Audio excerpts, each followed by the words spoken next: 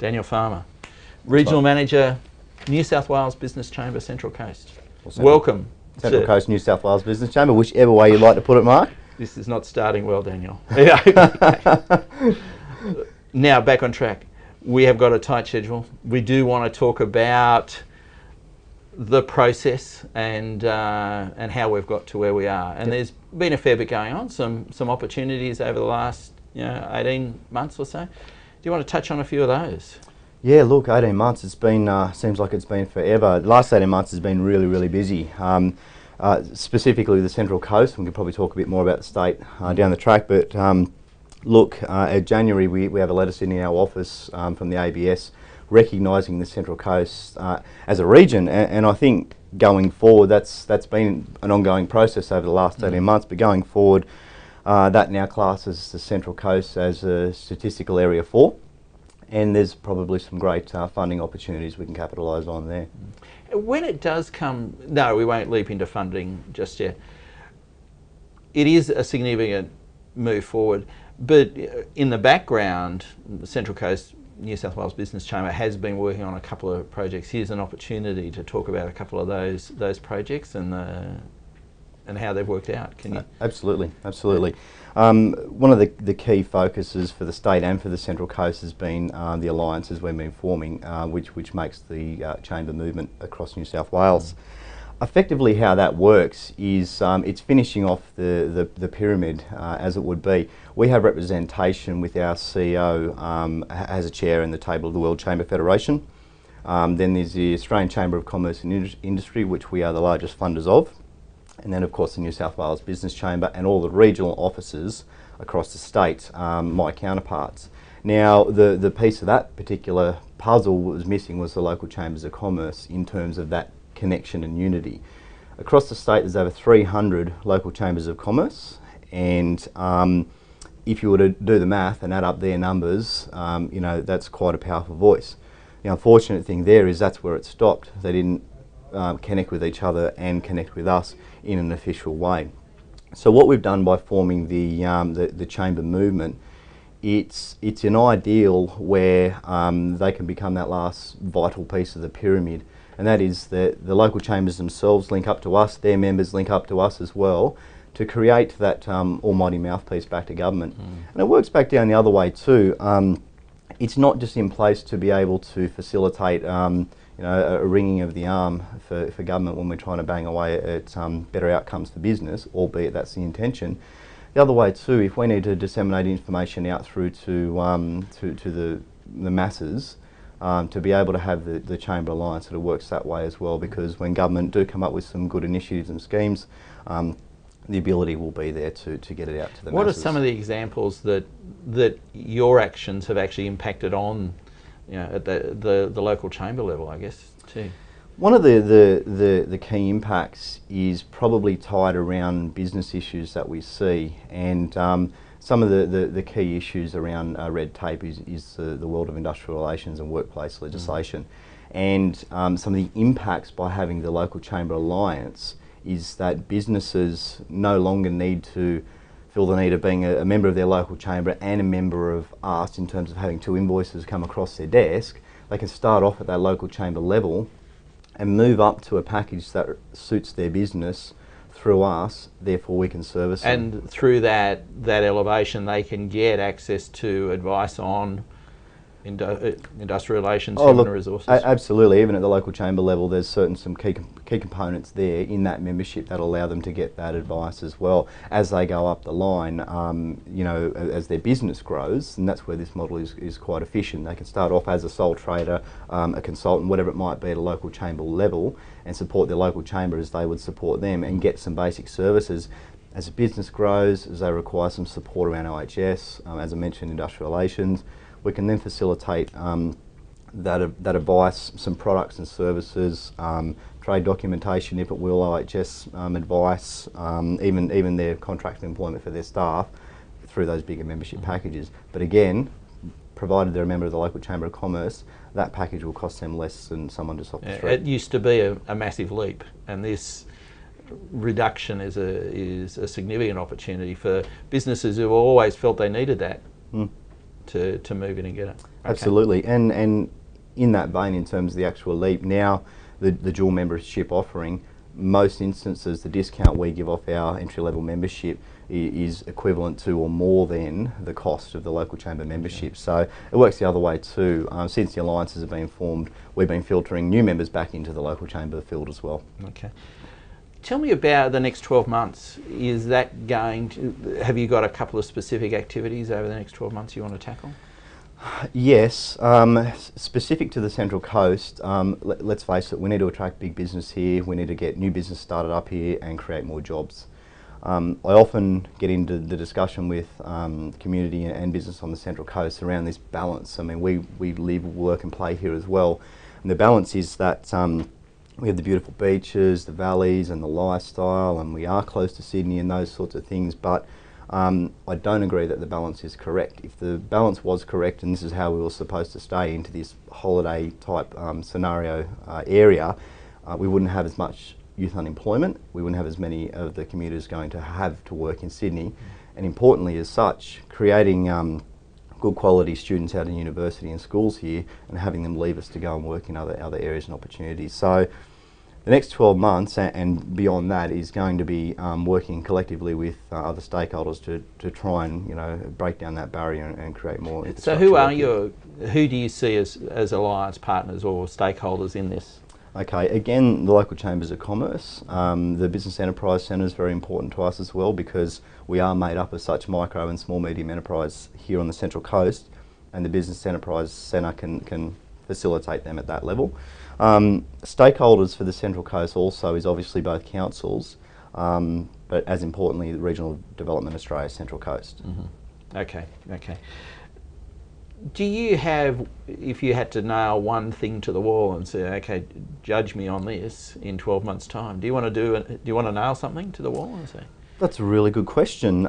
Something to nail against the wall for us. We had this vision, and especially now that realistically a business can enter into the chamber fold with paying us nothing just by being a member of their local chamber of commerce.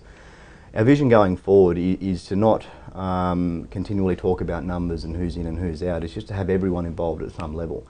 Our vision going forward is that to be a little bit more comparable with other regions. You look at the Hunter and you look at the Illawarra, to do business in those areas, you must be connected. There's a lot of cross-pollination, businesses doing business with what would seemingly be their competitors, but they know that there's some better outcomes by working together. We seem to be a little bit disjointed in that respect here, and our drive is to be able to bring that connectivity forward. But different to those particular areas, they don't have to just come and join me. They can get involved at those different levels, whether it be the BiUC or through the local chambers of commerce. Okay. Yeah, not an argument far removed from Anton Christ, Sure. saying the more we talk, the stronger we'll be. Absolutely, couldn't agree more. Okay.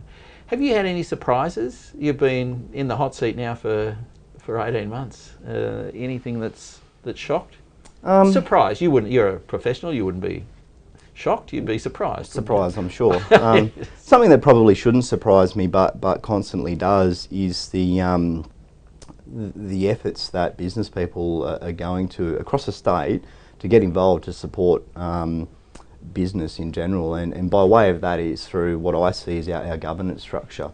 At the New South Wales Business Chamber, we have a governance structure in place where business members can get involved, representatives of those businesses can get involved at a state council and a regional council level. Now these are volunteer positions, and these people give up their own time to sit on this council and debate what the issues are for the betterment of business in the region or at a state level, whether it be carbon tax or something to do with the Central Coast infrastructure, roads, transport, those things. And they allow us to continually be connected to members. And again, they're giving up hours and hours and hours of their business time as volunteers just to support other business, and it really is a credit. And if we take it to that local level, and there is an opportunity for them to be involved, what are the local businesses saying they want the New South or Central Coast New South Wales Business Chamber to champion on their behalf? Are there primary issues? There is primary issues. I would say there's probably a couple of key pillars. I'm being the voice for our infrastructure deficits. particularly focused around roads and transport.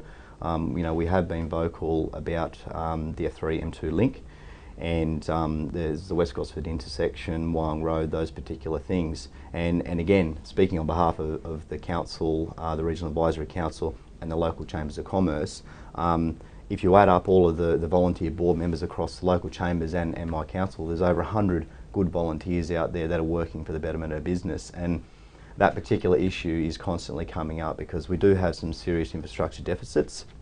Linking back to our earlier conversation, if we are to attract decent business here, we need to plug those gaps before we can start talking about inviting business here, attracting business here, and then down the line talking about fast trains and airports and all those particular things as well. Okay.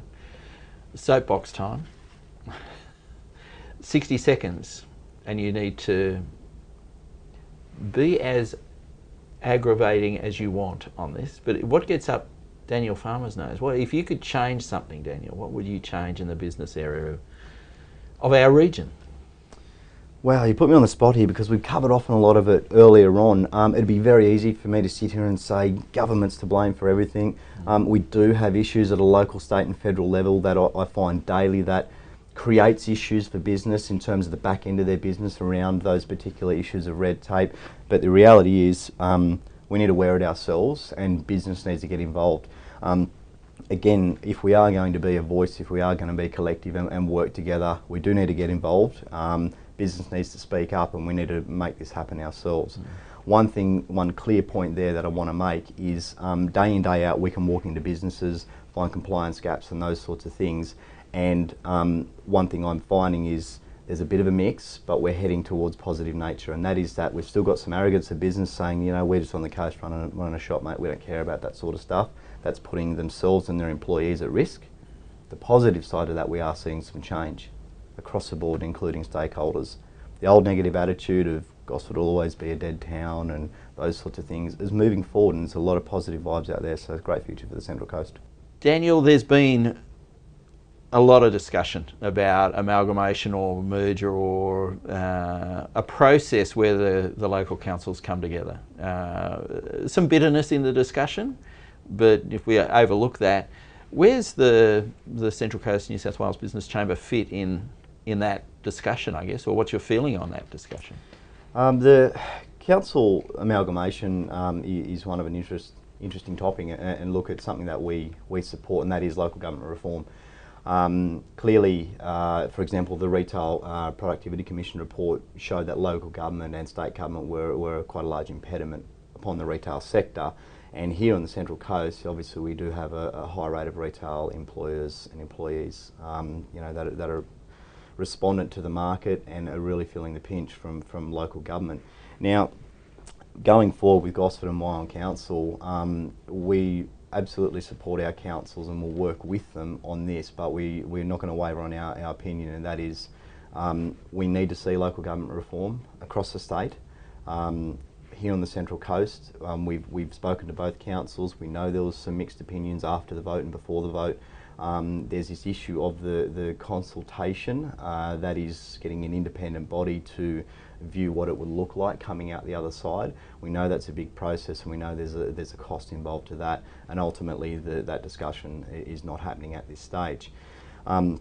We know local government reform will have some outcomes. There's existing examples across Australia, but for the Central Coast, quite frankly, we're going to support council. For example, we had a discussion with Gosford, and Gosford's all for regionalisation. Therefore, they're talking about joint services, working together with Wyong on those particular points, and we view that as a possible precursor to amalgamation. The amalgamation will be the final step in making sure that it's not a decision to work together on some things and not, therefore savings and not savings. It's an outcome of a professional business unit running the Central Coast as a region, as we are. As Business Insider proposes and supports as well. Thanks, Daniel. Excellent, thank you.